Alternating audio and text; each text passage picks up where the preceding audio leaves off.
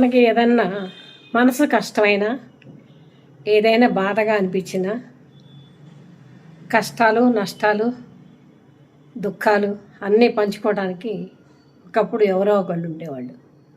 ఇప్పుడు ఎవరికి చెబుదామన్నా వారు ఒకటికి నాలుగు కలిపి ఎక్కడ ఏమి చెబుతారో అర్థం కావట్లేదు. ఎవరిని నమ్మచ్చు అనేది అస్సలు అర్థం కావట్లేదు. మనసులోని భావాల్ని మాదని షేర్ చేసుకునే మనిషి లేక విలువెల్లాడిపోతున్నారు. ఎక్కువగా ఆ అవకాశం లేక డిప్రెషన్కి లోనవుతున్నారు.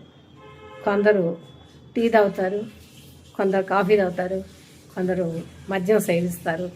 ఇలా రకరకాల అలవాట్లకి లోనవుతారు. సిగరెట్లు తాగుతారు. ఏదో ఒక దానికి బానిస అవుతున్నారు, కానీ ఆ ఒత్తిడిని తట్టుకోలేకపోతున్నారు. దాన్ని షేర్ చేసుకోలేకపోతున్నారు. ఏ మనిషికి చెబితే ఏం ప్రమాదమో అర్థం కావట్లేదు. అందుకోసం లోన కుమిలిపోతున్నారు.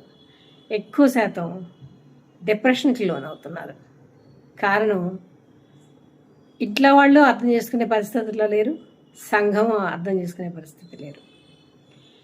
సంపాదించినంతకాలం మీరు ఎంతన్నా ఇవ్వండి, ఎన్ని నగలన్నా కొనిపెట్టండి, ఎన్ని చీరలన్నా కొనిపెట్టండి, మొత్తాన్ని భద్రంగా బీరువాలో దాచుకుంటారు.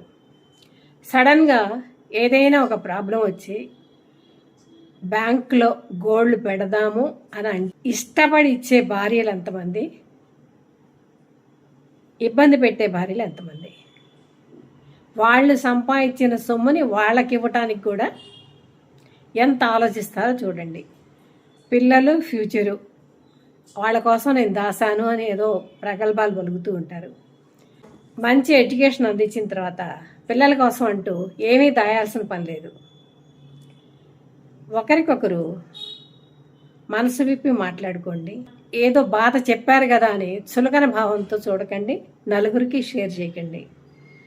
మన మీద నమ్మకంతో వాడు చెప్తారు, మనసులో ఉంచుకోండి. సాధ్యమైనంత వరకు బయటకు చెప్పడానికి ఇష్టపడకండి. బయటకు చెప్పి వాడ పరువు తీసే కన్నా ఒకటికి 4 సార్లు చెబితే మనకే ఇబ్బంది వస్తుంది. ఒక వ్యక్తి మీద 4 సార్లు చెడు ప్రచారం చేసామంటే మన గురించి అనుమానిస్తారు. అది కూడా గ్రహించుకోండి. అది గ్రహించుకొని ఎవరికి ఏమీ ఇబ్బంది కలిగించకుండా ఏదైనా మీతో పంచుకున్న విషయం ఉంటే చక్కగా మనసులో దాచుకోండి. ఏదన్నా మీకు అవకాశం ఉంటే సహాయపడండి. అంతేగాని వాళ్ళని రోడ్డుకి ఈడ్చకండి.